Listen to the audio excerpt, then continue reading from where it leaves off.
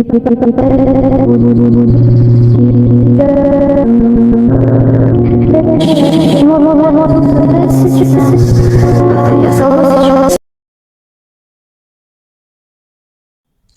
तो कैसे हैं आप सभी लोग। उम्मीद करता हूं एकदम मस्त होंगे, जबरदस्त होंगे। स्वागत करता हूं आप सबका लाइट रिफ्लेक्शन एंड रिफ्रैक्शन के पार्ट सेकंड में क्लास 10th। आज बहुत प्यारा सा दिन, ठीक है। और हम आज पढ़ने जा रहे हैं light class 10th ICSE board, CBSE board and including UP board का पार्ट सेकंड। तो उम्मीद करता हूं आप सभी ने पार्ट फर्स्ट देख लिया होगा, ठीक है।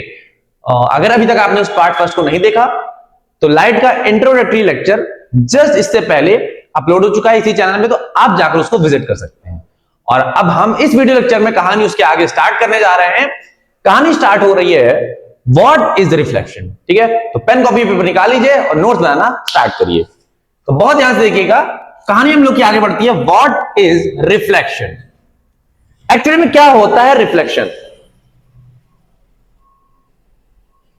थोड़ी आवाज हो रही थी। तो हाँ, एक्चुअली में क्या होता है रिफ्लेक्शन, तो बहुत ध्यान से समझेंगे।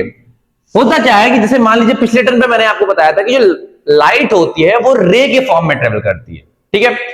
अब अगर लाइट रे आती है सेम मीडियम से और किसी पॉलिश्ड सरफेस में रिफ्लेक्टिंग सरफेस में टकराती है और टकराने के बाद सेम मीडियम में दोबारा बाउंस बैक कर जाती है, ठीक है, तो उसी को हम लोग क्या कहते हैं, रिफ्लेक्शन कहते हैं। तो क्या होता है, यहां पे मैं डेफिनेशन लिखूंगा, it is a phenomena, it is a phenomena in which light ray after striking to the reflecting polished surface bounce back to its same medium, ठीक है। एक्चुअली देखो यहां पे क्या लिखा हुआ है, डेफिनेशन समझना बहुत ही सिंपल है।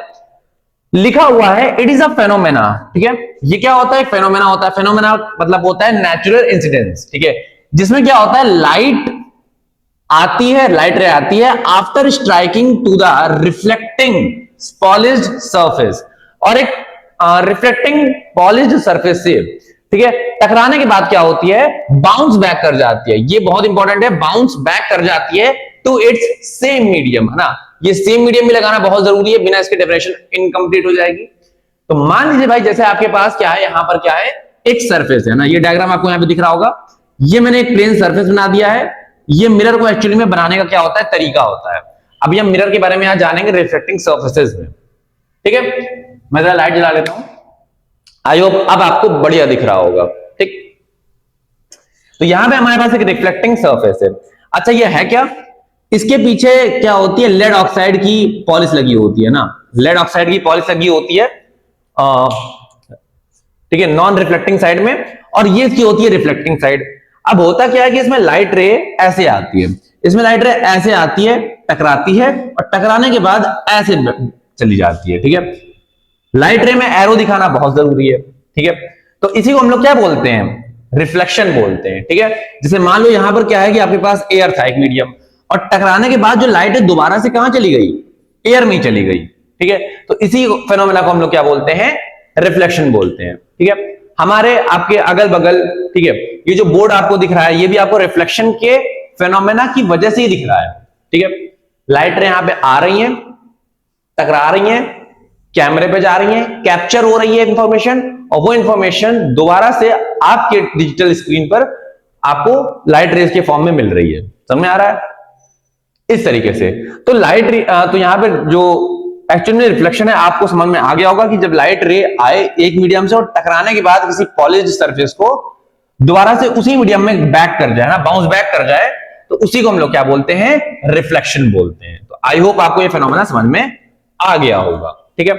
जब आप सुबह सुबह उठते हो, अपने शीशे में अपनी प्यारी सी शक्ल देखते हो, ठीक है, लड़कियों के लिए था ये, ठीक है, तो यहां पर क्या होता है, वहां पे आप रिफ्लेक्शन देखते हो अपना, आप शीशे में अपना रिफ्लेक्शन ही तो देखते हो। शीशे के पीछे क्या होती है, लेड ऑक्साइड की पॉलिश होती है, वो जो रेड कलर का नहीं होता है, तो वो क्या होती है, लेड सरफेस की ऑक्साइड की पॉलिश होती है। पहले सिल्वर की इस्तेमाल होती थी, लेकिन अभी सिल्वर हटा के लेड का इस्तेमाल किया गया है, ठीक। तो आई होप आपको ये टॉपिक समझ में आ गया होगा। अब हम आगे बढ़ते हैं, लिखा हुआ है टाइप्स ऑफ रिफ्लेक्शन। तो अब अगर मैं बोलूं कि रिफ्लेक्शन कितने टाइप का होता है, तो रिफ्लेक्शन दो टाइप का होता है, एक होता है रेगुलर रिफ्लेक्शन और एक होता है इररेगुलर रिफ्लेक्शन, ठीक है। तो भैया रेगुलर रिफ्लेक्शन में क्या होता है, रेगुलर रिफ्लेक्शन में आप एक पॉलिश्ड सरफेस इस्तेमाल करते हो ना, पॉलिश्ड, और आप कह सकते हो स्मूथ सरफेस, है ना, स्मूथ सरफेस आप यूज करते हो। जैसे फॉर एग्जांपल आपके पास ये हो गया, ये एक सरफेस हो गई, है ना, प्लेन सरफेस है, इसमें लाइट रे आ रही है, टकरा रही है, और टकरा कर दोबारा जा रही है, ठीक है, सही से बना देता हूं एरो, ठीक। तो ये आपके हमारे पास क्या हो गई, रेगुलर रिफ्लेक्शन हो गया, ठीक है, ये हमारा रेगुलर रिफ्लेक्शन का एग्जाम्पल हो गया। ओके, इररेगुलर में क्या होता है, आपके पास उबड़ खाबड़ सरफेस है ना, आपके पास यहां पर क्या है, उबड़ खाबड़ सरफेस है ना, जैसे मान लो आप पत्थर हो गया, लकड़ी हो गई, है ना, रिफ्लेक्शन तो यहां पर भी होता है, क्योंकि टकराने के बाद लाइट रे आती है, सन से लाइट रे निकलती है, ठीक है। अब अगर आप यहां तक आए हो तो आपको ये बताना है कि अर्थ में सन की जो रेज आती है, हम उनको किस type of beam of light में प्लेस कर सकते हैं, ठीक है, कन्वर्जेंट, डाइवर्जेंट और पैरेलल। ऑप्शन कमेंट करना, ठीक है, अपना आंसर कमेंट करो, अगले वीडियो लेक्चर में तुम्हारा नाम भी लिया जाएगा, ठीक है। तो बहुत ध्यान सुनना, तो लाइट रेज आती हैं स्टोन में, वुड में, टकराती हैं, टकराने के बाद वो लाइट रेज हमारी आंखों में पड़ती हैं, तब हमें वो ऑब्जेक्ट दिखना स्टार्ट होती है। तो अब यहां पर जो रिफ्लेक्शन होगा वो कैसा होगा, लाइट रेज यहां से मान लो ये आ रही है ऐसे ऐसे ऐसे, तो अब ये टकरा के यहां से ऐसे चली जाएगी, ये टकरा के यहां से ऐसे चली जाएगी, ये टकरा के यहां पे ऐसे चली जाएगी।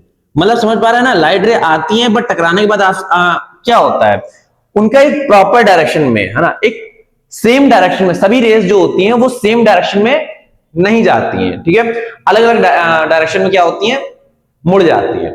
अब जब रेज अलग अलग डायरेक्शन में मुड़ जाती हैं, जैसे मान लो अगर आपने यहाँ पे आंख लगा रखी थी, है ना, आपने यहाँ पे आंख लगा रखी थी, आप सोच रहे थे कि वहां पे जो भी ऑब्जेक्ट होगा टकराएगा मुझे दिखेगा, तो मुझे ये जो ऑब्जेक्ट है अच्छे से दिखेगी। अब आपने यहाँ पे आंख लगा रखी थी, तो आपकी रेज आंखों में एक रे, इक्का दुक्का तिक्का रेज, मतलब कम नंबर ऑफ रेज आ पाई। तो जब आपकी आंखों में कम नंबर ऑफ रेज कैप्चर हो पाई, समझ रहे हो, कैप्चर हो पाई, तो अब आपको ऑब्जेक्ट कैसा दिखेगा, डिम दिखेगा, समझ में आ गया। तो ये चीज होती है ना। रेगुलर रिफ्लेक्शन क्या होता है, प्लेन, पॉलिश्ड और स्मूथ सरफेस में होता है, और इरेगुलर वाला क्या होता है, रफ सरफेस में होता है, ठीक है, ये होता है रफ सरफेसेस में। आई होप आपको यहां पे बात समझ में आ गई होगी, बेहतरीन वाली, ठीक है। यहां पर मैं और दो तीन रेज बना देता हूं, जैसे यहां टकरा रही है, ये टकरा रही है, टकरा रही है ऐसे से, टकराने के बाद ये ऐसे जा रही है, ये ऐसे जा रही है ना, मतलब सभी की सभी क्या है, एक डायरेक्शन में जा रही है, ठीक है। तो ये चीज हो गई। आई होप आपको यहां पे बात समझ में आ गई होगी, ओके, ठीक है। अब हम कहानी को आगे बढ़ाते हैं, लिखा हुआ है लॉज ऑफ रिफ्लेक्शन। अब रिफ्लेक्शन के हमारे पास क्या होते हैं, कुछ रूल्स होते हैं, तो दो रूल्स एक्चुअली में होते हैं। मैं आपको यहां पर प्लेन सरफेस के बारे में बताता हूं। तो लेट्स सपोज दैट मैं यहां पे एक डायग्राम बना लेता हूं, जैसे ये हो गया, है ना, एक प्लेन पॉलिश सरफेस हो गया, ये प्लेन सरफेस है ना, तो ये क्या हो गया, प्लेन पॉलिश सरफेस, पीपीएस, ठीक है, प्लेन पॉलिश सरफेस, ठीक है। अब यहां पे क्या है कि लाइट रेज आ रही हैं, तो ये मैं लाइट रेज बना देता हूं, चलो मैं एक लाइट रे बना देता हूं, ठीक है, एक ही हमारे लिए समझना जरूरी है, टकराई और टकरा के यहां निकलती है, ये क्या लाइट की रे है ना, ये तो रे है ना भाई साहब। अच्छा, यहां पर जो मैंने बनाई थी वो क्या थी, ये बीम ऑफ लाइट है। जब बहुत सारी रेज आपसी में ग्रुप बना के चलती है तो वो बीम ऑफ लाइट हो जाती है, ठीक है। अब यहां पर मैं क्या बनाऊंगा, ये जो सरफेस आपको दिख रहा है, मैं यहां पर इसके परपेंडिकुलर यहां पर एक नॉर्मल बनाऊंगा, ठीक है। इस लाइन का नाम क्या हो गया, नॉर्मल। अच्छा, ये जो हमारी रे है जो आ रही है, इसे हम लोग क्या बोलते हैं, इंसिडेंट रे। ये जो रे जो जा रही है इसे हम लोग क्या बोलते हैं, रिफ्लेक्टेड रे। और बाकी ये तो हमारा क्या हो गया, पीपीएस हो गया, प्लेन पॉलिश सरफेस हो गया, और ये हमारा नॉर्मल हो गया। ठीक, अब बहुत ध्यान सुनना, ये जो एंगल इंसिडेंट रे और नॉर्मल के बीच में बन रहा है इसको हम लोग क्या बोलते हैं, angle of incidence. Angle of incidence, ये जो आर, ये जो रिफ्लेक्टेड रे और नॉर्मल के बीच में बन रहा है इसको हम लोग कहते हैं एंगल आर। एंगल आर मतलब एंगल ऑफ रिफ्लेक्शन। अभी हम लोग रिफ्लेक्शन पढ़ रहे हैं ना, एंगल ऑफ रिफ्लेक्शन। ठीक है, तो ये चीज समझ में आ गई हमको। अब भैया क्या रूल्स होते हैं, ठीक है, ये हमको क्या है कि कुछ बेसिक टर्मिनोलॉजीज होती हैं जो कि हमको समझना जरूरी है, किसे क्या कहते हैं। अब हम इसके बेसिस पर कुछ रूल्स बताते हैं। ठीक है, रूल्स बताते क्या है, मतलब रूल्स बताए गए हैं ना, डिस्कवर किए गए, हमको पढ़ना है उनको रूल बताने चले हैं ठीक है, तो भाई देखो यहां से फर्स्ट रूल क्या है, फर्स्ट रूलिंग होती है कि जो incident ray, normal and reflected ray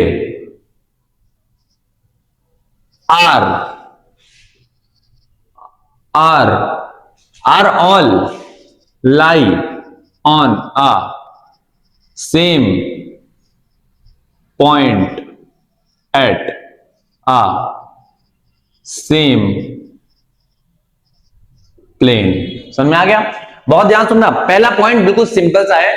पहला पॉइंट ये कहता है, अगर आपने क्लास 9th में रिफ्लेक्शन ऑफ साउंड वेव के रूल्स को पढ़ा होगा तो सेम सिमिलर टू सिमिलर वैसा ही है। ठीक है, कि जो इंसिडेंट रे होती है, रिफ्लेक्टेड रे होती है और नॉर्मल। अच्छा, अब आपको ध्यान रखना है कि जो नॉर्मल हम बनाते हैं ये इमेजिनरी होती है। ठीक है, यानी इसका रियल वर्ल्ड में कोई एग्जिस्टेंस नहीं होता है। हम लोग सिर्फ कैलकुलेशन पर्पस के लिए और चीजों को सिंप्लीफाई करने के लिए, कॉन्सेप्ट्स को समझने के लिए, इजी करने के लिए इस टर्म का इस्तेमाल करते हैं, नॉर्मल। और आपको ध्यान रखना है कि जो नॉर्मल होती है वो क्या होती है, किसी भी सरफेस से, चाहे यहाँ पे प्लेन, अगर आपको लग रहा है कि सिर्फ प्लेन सरफेस से ही जो नॉर्मल है वो 90 डिग्री बनाती है, तो ये बात नहीं है। यहाँ पे किसी भी प्रकार का सरफेस हो, किसी भी प्रकार का सरफेस हो, चाहे सरफेस रेगुलर हो चाहे इररेगुलर हो। पॉइंट टू बी नोटेड, बहुत सारे टीचर्स स्कूल में ये नहीं बताते हैं बच्चों को कि चाहे इररेगुलर हो चाहे रेगुलर हो। अरे है तो दोनों रिफ्लेक्शन ही ना, रिफ्लेक्शन के टाइप्स हैं और रिफ्लेक्शन के लॉ जो होते हैं वो यूनिवर्सल होते हैं। ठीक है, मतलब रेगुलर और इररेगुलर दोनों में काम करेंगे। तो ऐसी कंडीशन में आपको ध्यान रखना है कि सरफेस अगर प्लेन है तो मतलब अगर सरफेस, मतलब ये जरूरी नहीं है कि जो 90 डिग्री का एंगल है वो सिर्फ प्लेन सरफेस से ही बनेगा या रेगुलर रिफ्लेक्शन में ही बनेगा, इररेगुलर रिफ्लेक्शन में भी बन सकता है। ठीक है, मतलब बन सकता नहीं, बनता ही है। I am sorry, mind mistake, बन सकता नहीं है, बनता ही है, ऑलवेज बनता है, ऑलवेज, चाहे यहां पे किसी भी प्रकार का सरफेस हो। ठीक, बात ध्यान रखनी है आपको। अच्छा, अब आप बहुत ध्यान देखो, तो यहां पर अब सेकंड पॉइंट क्या है, तो पहला पॉइंट ये है कि I R, incident ray, normal और जो रिफ्लेक्टेड रे होती है वो सभी की सभी क्या करती है, वो लाई करती हैं एक सेम पॉइंट पर। अब आप चेक करो ना, ये तीनों की तीनों जो रेज हैं वो एक सेम पॉइंट पर आके मिल रही है ना, कॉमन पॉइंट पर। और वो क्या करता है, एक सेम प्लेन पर लाई करता है। वो जो पॉइंट होता है वो लाई भी एक सेम प्लेन पर करता है। तो ये बात हो गई। बताओ, ये रूल है, बस आपको रूल को पढ़ लेना है, बस भूलना नहीं है, बस हाँ पढ़ लिया भूल जाओगे। तो यहां पर क्या होगा, angle I is equal to angle R always. ठीक है, आप सुनो, रिफ्लेक्शन चाहे जैसा हो, रेगुलर हो इररेगुलर हो, doesn't matter, matter what matter is that कि angle of incidence angle of reflection के ऑलवेज बराबर होता है। क्या, ऑलवेज इक्वल होता है। ठीक है, चाहे रेगुलर हो चाहे इररेगुलर हो, कोई भी सरफेस हो भैया, हाँ इररेगुलर सरफेस हो चाहे रेगुलर सरफेस हो, किसी भी टाइप का रिफ्लेक्शन हो, ऑलवेज जो दोनों लॉज होते हैं वो ऑलवेज वैलिड होते हैं। भैया हम नहीं मानते, रेगुलर में तो समझ में आता है भैया, इररेगुलर में कैसे? तो मैंने कहा देखो, मान लो ये हमारे पास क्या है, इररेगुलर सरफेस है ना, मान लो। अब यहां पर क्या है कि लाइट रे ऐसे आ रही है, ऐसे आई, टकराई, और टकराने के बाद वो ऐसे चली आती है ना, टकराकर ऐसे ले आती है। अब आप बहुत ध्यान सुनना, थोड़ा सुनना। तो यहां पर अब क्या है, मैं नॉर्मल बनाऊंगा एक। अब मैं अगर एक नॉर्मल यहां से बनाता हूं, देखो इस सरफेस में ऐसे, देखो थोड़ा सरफेस देखो, ये सरफेस है, इसमें मैं नॉर्मल अगर बनाऊंगा तो ये ऐसी ही तो बनेगी। सुनना, सही बात है ना, आई होप आपको वहां पे दिख रहा होगा कि नॉर्मल छोटी सी सरफेस है। अब छोटा सा सरफेस देखोगे तो वो तो आपको प्लेन दिखेगा ना। मुझे जरा बात बताओ, अर्थ है, अर्थ भी कौन सी प्लेन है? अर्थ तो जियोइड शेप की होती है ना, ज्योग्राफी में आपने पढ़ रखा होगा जियोइड शेप की होती है। तो यहां पर जो सरफेस होता है, क्या कोई वो रेगुलर सरफेस होता है, मतलब वो प्लेन सरफेस होता है? नहीं होता। लेकिन जब आप धरती को एक मतलब थोड़े दूरी पे देखते हो तो वो आपको प्लेन ही दिखती है ना, मतलब ऑलमोस्ट ऑलमोस्ट जो होती है वो आपके लिए प्लेन होती है। तो सेम वही चीज है कि सरफेस तो हमेशा इरेगुलर होती है, लेकिन अगर आप उसके बहुत छोटे से हिस्से में देखोगे तो वो आपको क्या दिखेगा? एक प्लेन मिरर जैसा टाइप का दिखेगा ना, मतलब प्लेन सरफेस दिखेगा। और उस प्लेन सरफेस में जब आप परपेंडिकुलर बनाओगे और ये एंगल, ये जो एंगल है, ये वाला एंगल हो जाएगा एंगल आई, और ये वाला एंगल हो जाएगा एंगल आर। वो क्या होगा? वो ऑलवेज बराबर होगा ना। यहां पे क्या होगा? एंगल आई एंगल आर के ऑलवेज इक्वल होगा। ठीक है, कहने की कोई बात नहीं है। ओके है ना, ये चीज है ना। रेज आप तक क्या होती है, कभी कम ज्यादा पहुंचती है, कम ज्यादा पहुंचती है, इस वजह से जो इमेज है वो क्लियर नहीं हो पाता है। लेकिन इसका ये मतलब नहीं है कि वहां पे लॉज का मतलब लॉज ओबे नहीं हो रहे हैं। लॉज वहां पे प्रॉपर ओबे होते हैं ना, यूनिवर्सल लॉज है। तो आई होप आपको यहाँ पे दोनों लॉज समझ में आ गए होंगे। एंगल आई एंगल आर के हमेशा बराबर होता है, ऑलवेज। ठीक, अच्छा, अब हम यहां पे बात करते हैं काइंड्स ऑफ रिफ्लेक्टिंग सर्फेसेस की। किस टाइप के रिफ्लेक्टिंग सर्फेसेस होते हैं, ठीक है, मतलब जिनसे रिफ्लेक्शन होता है। तो मैं यहां पे आपको बताना चाहता हूं जो रिफ्लेक्टिंग सर्फेसेस होते हैं वो दो टाइप के होते हैं। पहला होता है प्लेन सर्फेसेस, दूसरा होता है कर्व्ड सर्फेसेस। कर्व्ड सर्फेसेस समझ में आ गया आपको? अब सुनो, प्लेन सरफेस के अंदर हमें पढ़ना है किसके बारे में? प्लेन मिरर के बारे में। सबसे पहला पार्ट हम लोग मिरर पढ़ेंगे और फिर हम लोग पढ़ेंगे यहां पे कर्व्ड सरफेस में। कर्व्ड सरफेस के अंदर भी दो होते हैं, मतलब हमें अपने सिलेबस में दो पढ़ने हैं ना, होते तो वहां पे 6-7 मतलब और भी टाइप के हो सकते हैं, ठीक है, बट मेनली दो टाइप के होते हैं। पहला होता है कौन सा? कॉनकेव मिरर और कॉन्वेक्स मिरर। मतलब देखो, कॉनकेव सरफेस, कॉन्वेक्स सरफेस, ठीक है, ये चीज होती है। अब ये कॉन्वेक्स और कॉनकेव कैसे बनते हैं, है ना? प्लेन मिरर का तो आपको सबको पता है, एक प्लेन हिस्सा काटा, प्लेन ग्लास स्लैब है, उसके एक तरफ आपने लेड ऑक्साइड की पॉलिश कर दी, तो वो मिरर कैसा बन गया? प्लेन मिरर बन गया। ठीक है, मिरर क्या होता है? मिरर क्या होता है? मिरर एक इंस्ट्रूमेंट होता है, आप समझो, अगर कोई आपसे पूछता है कि मिरर क्या होता है, तो मिरर एक ऑप्टिकल इंस्ट्रूमेंट होता है जो क्या करता है? लाइट को रिफ्लेक्ट करता है, या जो रिफ्लेक्शन के फेनोमेना को क्या कह सकते हो आप, रिफ्लेक्शन के फेनोमेना पर बेस्ड होता है। ठीक है, रिफ्लेक्शन के फेनोमेना पे बेस्ड होता है। ठीक है, ये चीज हो गई। इसका इमेज डायग्राम कैसा होता है? इसका डायग्राम आपको ऐसा दिख जाएगा। ठीक है, ये आपका प्लेन मिरर हो गया, इसके एक तरफ, चाहे इस तरफ हो चाहे इस तरफ हो, आपको एक लेड ऑक्साइड की पॉलिश मिल जाएगी। ठीक है, आई होप आपको समझ में आ गया होगा। कॉनकेव मिरर कैसा होता है? कॉनकेव मिरर कुछ ऐसा होता है, ठीक है, ऐसा। अब कॉनकेव मिरर में खासियत क्या है? देखो यहां पर क्या बनी है? गुफा बनी हुई है ना, अंदर जाओ देखो तो यहाँ पे केव बनी हुई है, तो ये हो गया कॉनकेव मिरर, है ना। बच्चों को बहुत दिक्कत होती है, कॉनकेव कॉन्वेक्स भैया समझ में ही नहीं आता, याद ही नहीं होता, भाई याद करवा दिया। ठीक है, और कॉन्वेक्स इसी का उल्टा कर दो। अब सुनो, अब इधर पॉलिश की थी, अब इसमें इधर अंदर की तरफ पॉलिश कर दो। जब अंदर की तरफ पॉलिश करोगे उसको उल्टा करोगे तो ये ऐसा कुछ बन जाएगा, है ना, सी बना दो, ऐसे ही तो बनेगा। ठीक है, तो ये कॉनकेव हो गया, कॉन्वेक्स हो गया, ये कॉनकेव हो गया। ठीक है, आई होप आपको जितना भी पढ़ाया गया है इसमें कोई भी प्रॉब्लम नहीं होगी। तो अब आप इसको बढ़िया तरीके से नोट करिए और हम बढ़ते हैं आगे।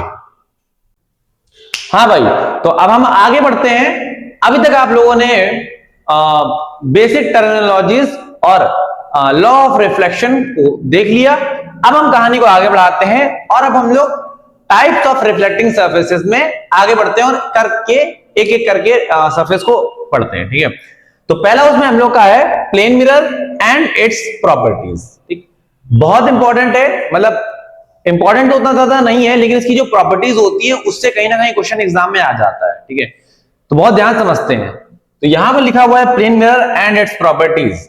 तो अब अगर मैं बोलूं कि फॉर्मेशन की, सबसे पहले अगर मैं जरा फॉर्मेशन की बात बोलूं तो प्लेन मिरर आपको क्या लगता है कैसे बनता होगा? तो प्लेन मिरर में कुछ नहीं, आपको क्या चाहिए, एक स्लैब चाहिए, है ना, स्लैब, ग्लास स्लैब, ठीक है, ट्रांसपेरेंट ग्लास स्लैब होना चाहिए, ठीक है, कैसा, ट्रांसपेरेंट, ठीक है। और ट्रांसपेरेंट ग्लास स्लैब में आप क्या करो, वन साइड, है ना, वन साइड आप क्या करो, लेड ऑक्साइड यानी पीबीओ की पॉलिश लगा दो, तो आपका ग्लास जो प्लेन मिरर है वो बन के तैयार हो जाएगा। स्ट्रक्चर कुछ ऐसा दिखता है इसका, ये आपका ग्लास स्लैब हो गया, उसके पीछे क्या लगी हुई है, सरफेस में पॉलिश लगी हुई है, ठीक है। तो ये आपका प्लेन मिरर का एग्जांपल हो गया, ठीक है, एग्जांपल क्या मतलब प्लेन मिरर ही हो गया, ठीक है। अब हम कहानी को आगे बढ़ाते हैं, इसकी पहली प्रॉपर्टीज के बारे में डिस्कस करते हैं। तो फर्स्ट प्रॉपर्टी इसकी होती है कि it forms the virtual and erect image always, ठीक है। तो यहां पर पहला पॉइंट लिखा हुआ है कि ये जो मिरर होता है पहला हमेशा क्या बनाता है, वर्चुअल और इरेक्ट इमेज बनाता है, ठीक है। अब ये वर्चुअल और इरेक्ट इमेज क्या होती है, तो इसके बारे में अभी मैं आपको डिटेल से बताऊंगा अगली स्लाइड में, ठीक है। तो वर्चुअल और इरेक्ट इमेज का देखो, इरेक्ट का मतलब होता है सीधी इमेज। जब आप प्लेन मिरर के सामने खड़े हो जाते हो अपनी खूबसूरत सी शक्ल देखने के लिए, इस बार लड़कों से कह रहा हूं, ठीक है, तो ऐसी कंडीशन में क्या होता है, लड़के भी खूबसूरत होते हैं, ऐसी बात नहीं है, ठीक है, ये सब ज्यादा बेइज्जती मैं सह नहीं पाता हूं, ठीक है, समझ जाओ। हाँ भाई बहुत ध्यान सुनो। तो भाई मैं वही बताना चाह रहा था कि जो अब आप जब प्लेन मिरर के सामने खड़े होते हो तो ऐसी कंडीशन में आप जब अपनी शक्ल देखते हो, तो शक्ल देखते हो कि भगवान ने कितना मास्टर ब्लास्टर पीस बना के रखा है, ठीक है। तो ऐसी कंडीशन में आपको जो अपनी शक्ल दिखती है, जो फेस दिखता है, वो इरेक्ट कंडीशन में दिखता है। इरेक्ट कंडीशन का मतलब होता है सीधी, जैसे आप हो एज सेम आपकी इमेज है, ठीक है। तो ये चीज होगा, इरेक्ट इमेज बनती है। वर्चुअल का क्या मतलब होता है, वर्चुअल का आप अभी मतलब समझो फेक इमेज, ठीक है। वर्चुअल का मतलब होता है फेक इमेज। फेक इमेज का मतलब होता है कि एक्चुअली में वहां पर कोई इमेज बनी नहीं है, बस वो आपको ऐसा लग रहा है कि वहां पर इमेज का क्रिएशन या फॉर्मेशन हुआ है। ये तो भैया आपने नई चीज बता दी, मतलब हम तो देखते हैं ना साफ साफ कि हमारी इमेज बन रही है, तो ऐसा कैसे आप बता रहे हो कि इमेज हम लोग की नहीं बन रही है, हमें बस लग रहा है, मन का वहम, ठीक है। तो बता रहा हूं आपको, ठीक है, इसके बारे में अभी आपको आगे डिटेल से कवर करूंगा, ठीक है, जब हम इमेज फॉर्मेशन के बारे में जानेंगे। तो ये हो गया कि ये वर्चुअल और इरेक्ट इमेज बनाता है ऑलवेज। अच्छा, ये भी बात आप ध्यान रखना कि जो इमेज वर्चुअल होती है वो ऑलवेज इरेक्ट होती है ना, जो मतलब वर्चुअल इमेज होती है वो ऑलवेज इरेक्ट ही होती है, ध्यान रखना। Second point, height of object is equal to height of image, ठीक है। यहां पर क्या हो जाएगा, ये ऑलवेज हो जाएगा, है ना, ऑलवेज। तो यहां पर जो हाइट ऑफ ऑब्जेक्ट होती है वो हाइट ऑफ इमेज के बराबर होती है ऑलवेज। भाई आपने क्या देखा होगा, आपने यही देखा होगा कि आपके पास क्या है, प्लेन मिरर है, और यहां पे अगर आपने एक, है ना, मान लीजिए इंसान कोई खड़ा था एच हाइट की, ठीक है, H I height, H I का मतलब हो गया हाइट ऑफ, सॉरी गलत हो गया, हाइट ऑफ ऑब्जेक्ट, है ना, एच ओ, हाइट का कोई ऑब्जेक्ट था, तो उसका जो इमेज बनेगा, है ना, इमेज बनेगा वो यहां पर बनेगा, है ना, और सेम साइज का बनेगा, हाइट ऑफ इमेज। तो यहां पे जो हाइट ऑफ ऑब्जेक्ट होता है वो हाइट ऑफ इमेज के बराबर होता है ऑलवेज, ठीक है, ऑलवेज आपको ध्यान रखना है, यूनिवर्सल लॉ है, ठीक है, लॉ क्या, प्रॉपर्टी है। सेकंड नंबर पे, सॉरी थर्ड नंबर पे distance of object from mirror is equal to distance of image from mirror। मतलब क्या मतलब है इसका, कि जो डिस्टेंस होती है ऑब्जेक्ट की, कहां से, इमेज से, ये इमेज है, सॉरी ये मिरर है, मिरर से आप मान लो यहां पर क्या है, d1 डिस्टेंस पे दूर खड़े हो, है ना, आपका ऑब्जेक्ट d1 डिस्टेंस पे खड़ा है, और आपका जो इमेज है वो बिहाइंड द मिरर यानी मिरर के पीछे ही तो बनेगा ना इमेज, वो d2 डिस्टेंस पे खड़ा है। तो यहां पर ये रूल कहता है कि जो डिस्टेंस ऑफ ऑब्जेक्ट होगा मिरर से, वो बराबर होगा किसके, distance of image from the mirror. यानी यहां पर जो D1 होगा, ठीक है, DO, चलो मैं यहाँ पे DO लिख देता हूँ ना, थोड़ा सा अच्छा लगेगा, DO, और यहाँ पे लिख देता हूँ DI। तो यहाँ पे जो DO होगा वो DI के बराबर होगा ना, DO DI, ठीक है, DOD, ठीक है। तो यहां पर क्या होगा, distance of object from the mirror is equal to distance of image from the mirror के बराबर होगा, बट अपोजिट साइड में। ये चीज ध्यान रखनी है कि जो डिस्टेंस होगी वो पीछे की तरफ होगी, अपोजिट साइड में होगी, ठीक है। तो ये रूल नंबर 3 हो गया। एक लास्ट रूल और है, अच्छा, चौथे नंबर पे, लेटरल इन्वर्जन टेक्स प्लेस, ठीक है। तो यहां पर जो लेटरल इन्वर्जन होता है वो टेक प्लेस करता है, यानी आप समझो कि लेफ्ट का राइट और राइट का लेफ्ट हो जाता है। अगर आप शीशे के सामने खड़े हो तो अगर मेरा ये लेफ्ट है ना, वैसे यहां पर भी ये चीज हो सकती है, अगर मेरा ये राइट है तो आपके लिए ये वाला हैंड जहां से आप बैठ के देख रहे हो वीडियो लेक्चर, ठीक है, आपके लिए वाला लेफ्ट होगा, ठीक है। तो क्यों, क्योंकि यहां पे लेटरल इन्वर्जन हो रहा है, ठीक है।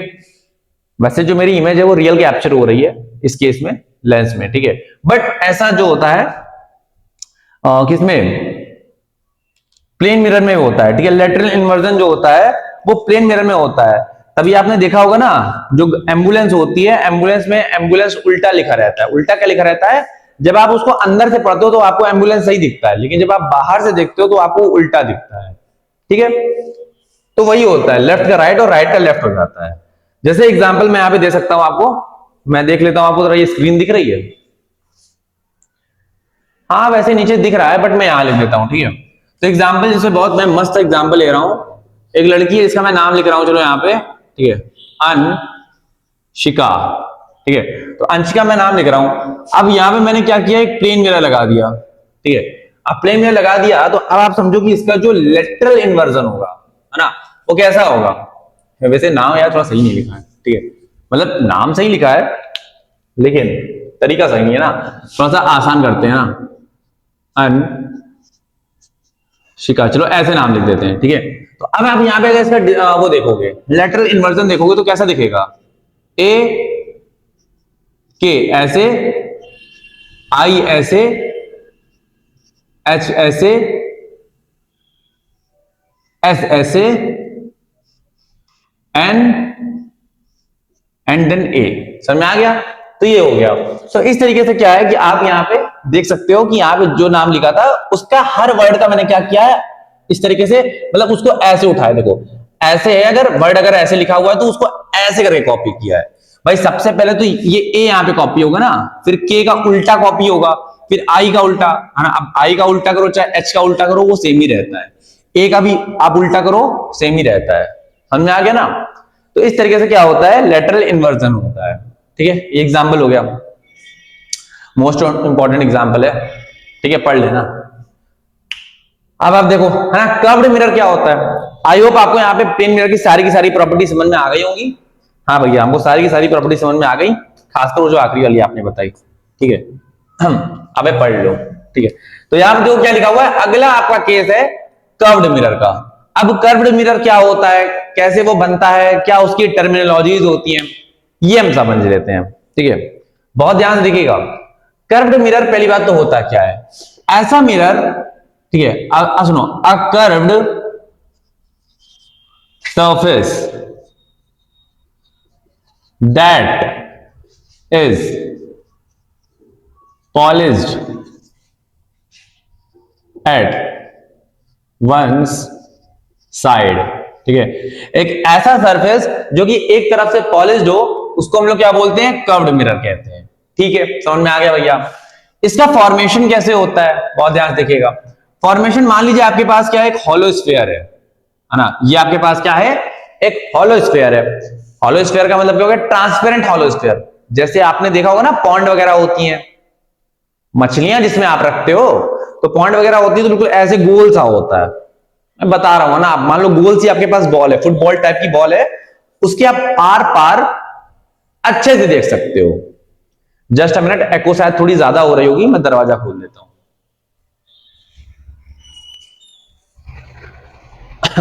अब मुझे लगता है शायद एको आपकी काफी कम हो गई होगी, दरवाजा अभी से बंद हो जाता है ना, तो कमरा लंबा है, तो ऐसी कंडीशन में फिर एको होने लगती है ना।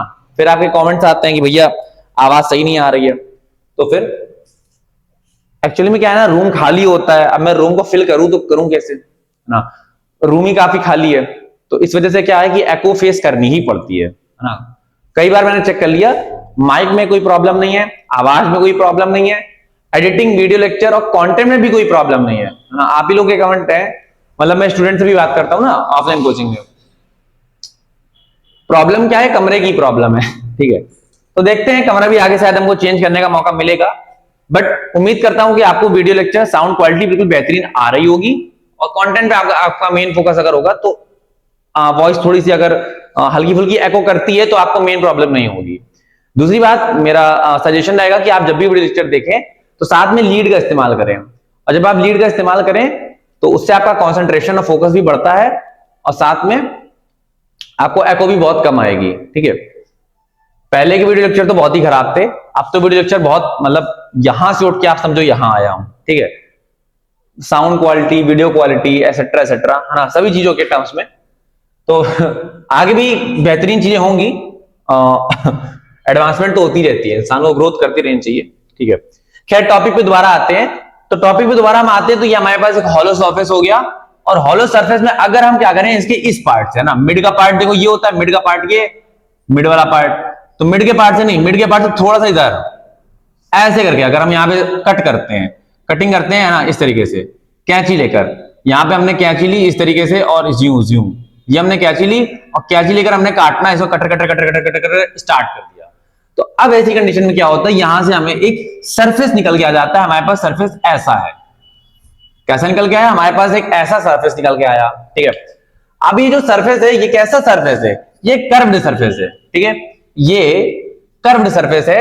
अब ये कर्व्ड सरफेस है, तो ऐसी कंडीशन में अब हम इसमें दो तरफ से पॉलिश कर सकते हैं।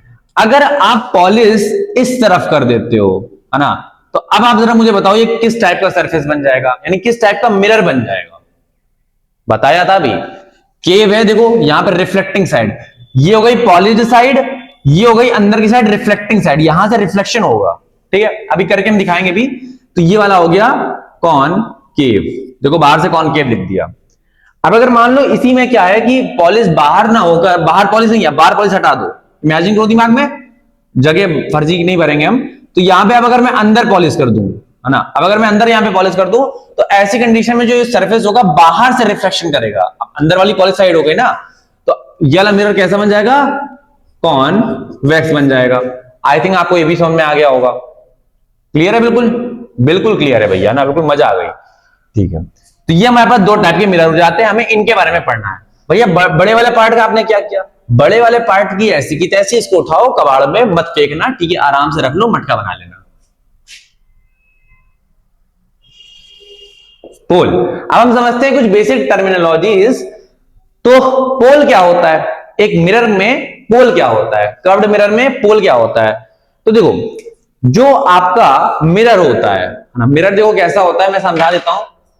ये मिरर है आपका, मिरर देखो ऐसा, स्कूल में नहीं करते ऐसे पूजा, हे भगवान हमको पास करा देना, पास करा देना, हमको पास करा देना, ठीक है। तो ये मिरर है ना, तो ये मिरर में क्या होता है कि भाई ये जो आपका है ना, अब देखो आप ये मिरर हो गया, ये जो मिडिल वाला पार्ट है ना, ये देखो जहां से मैंने उंगली निकाल रखी है अपनी, तो ये जो मिडिल वाला जो पार्ट है जहां से उंगली निकाल रखी है, तो ऐसी कंडीशन में ये जो सरफेस है, ये जो कर्व्ड सरफेस है, देख रहे हो ना, ये कर्व्ड सरफेस है, तो ऐसी कंडीशन में जो मिड वाला पार्ट है, बिल्कुल ज्योमेट्रिकल सेंटर जो है इस मिरर का, जो सरफेस का जो ज्योमेट्रिकल सेंटर है, उसी को हम लोग क्या बोलते हैं, पोल बोलते हैं, ठीक है।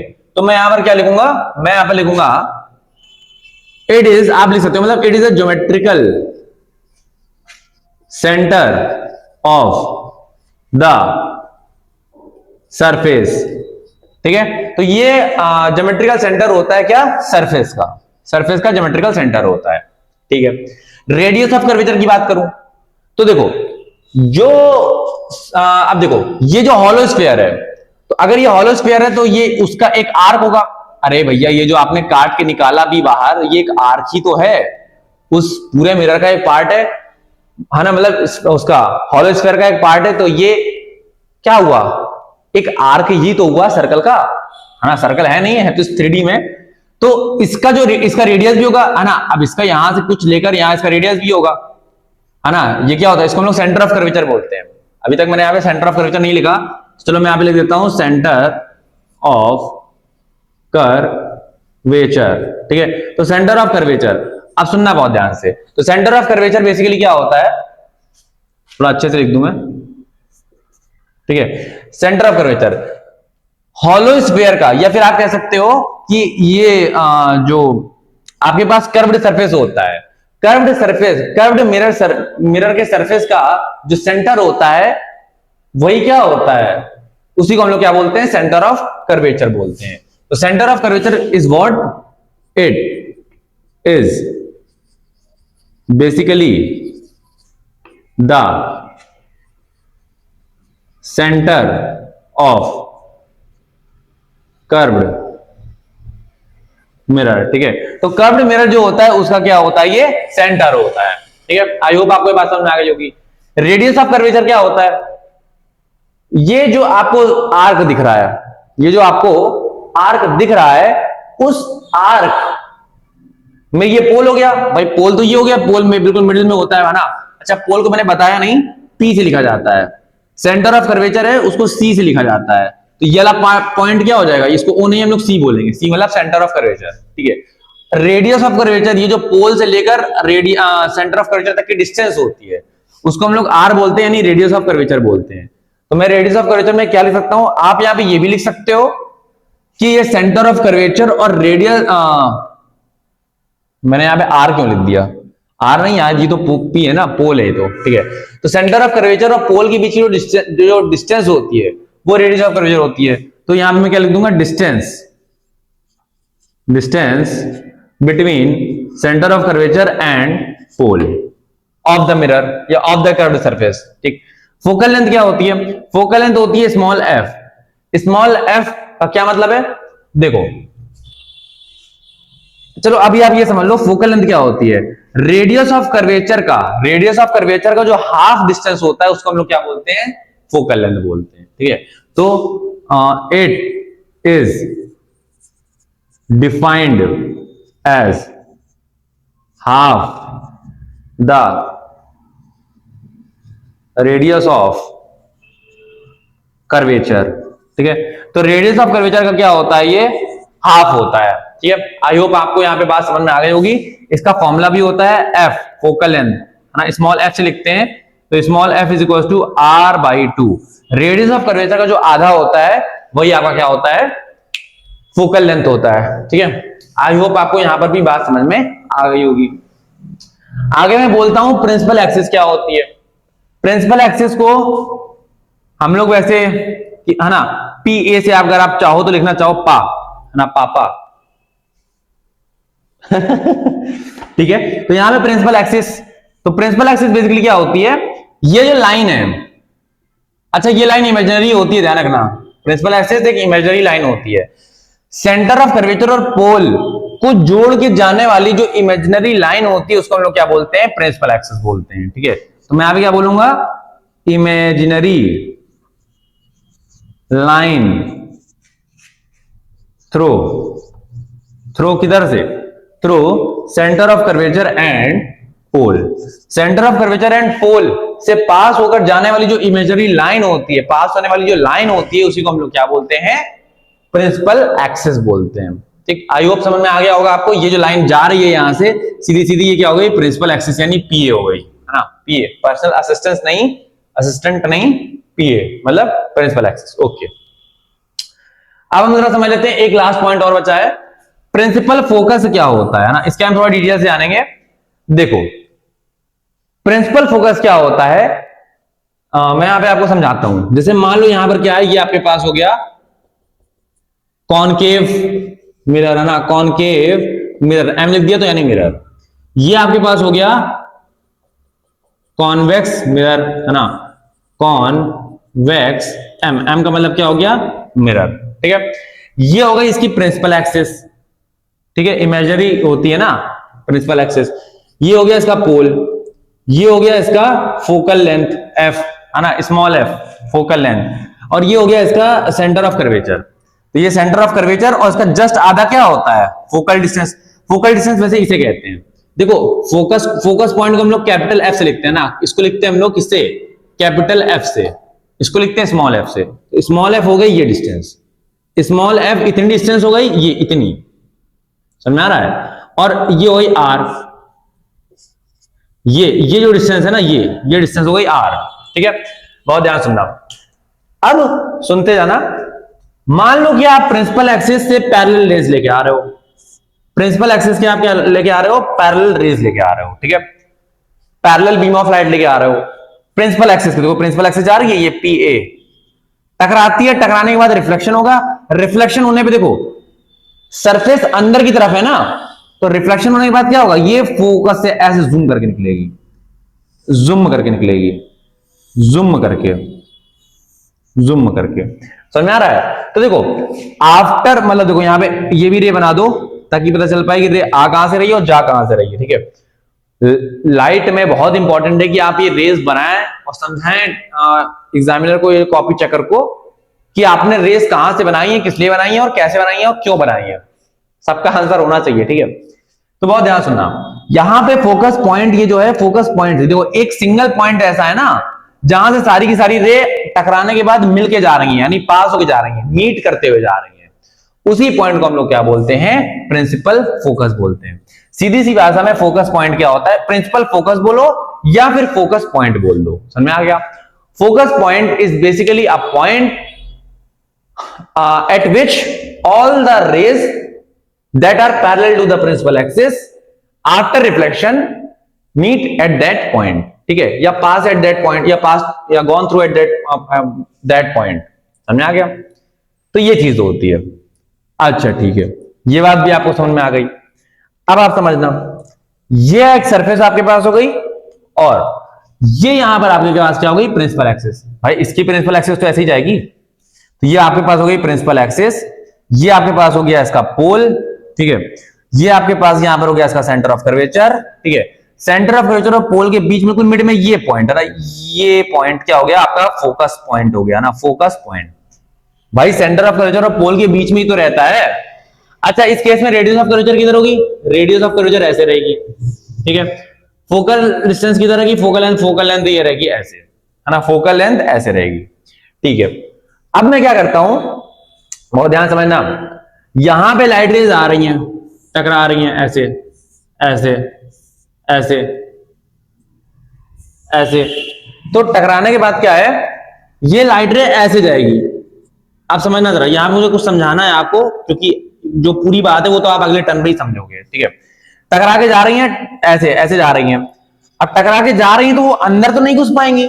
अंदर क्यों नहीं घुस पाएंगी, क्योंकि दूसरी तरफ क्या है, पॉलिश लगी है, ठीक है, तो अंदर तो घुसने का कोई चांस नहीं है। लेकिन अब ये टकराएंगी तो टकराएंगी जब ऐसे, जब वो टकरा के स्ट्राइक करके निकलेंगी, यानी अब देखो सरफेस ऐसे, तो बॉल अगर आप मारोगे टकरा के तो ये उछलेगी ना, ऐसे करके टकरा के बॉल उछलेगी। भाई इतना तो बेसिक क्रिकेट सेंस है, क्रिकेट किस लिए देखा था, आज ही देखा था।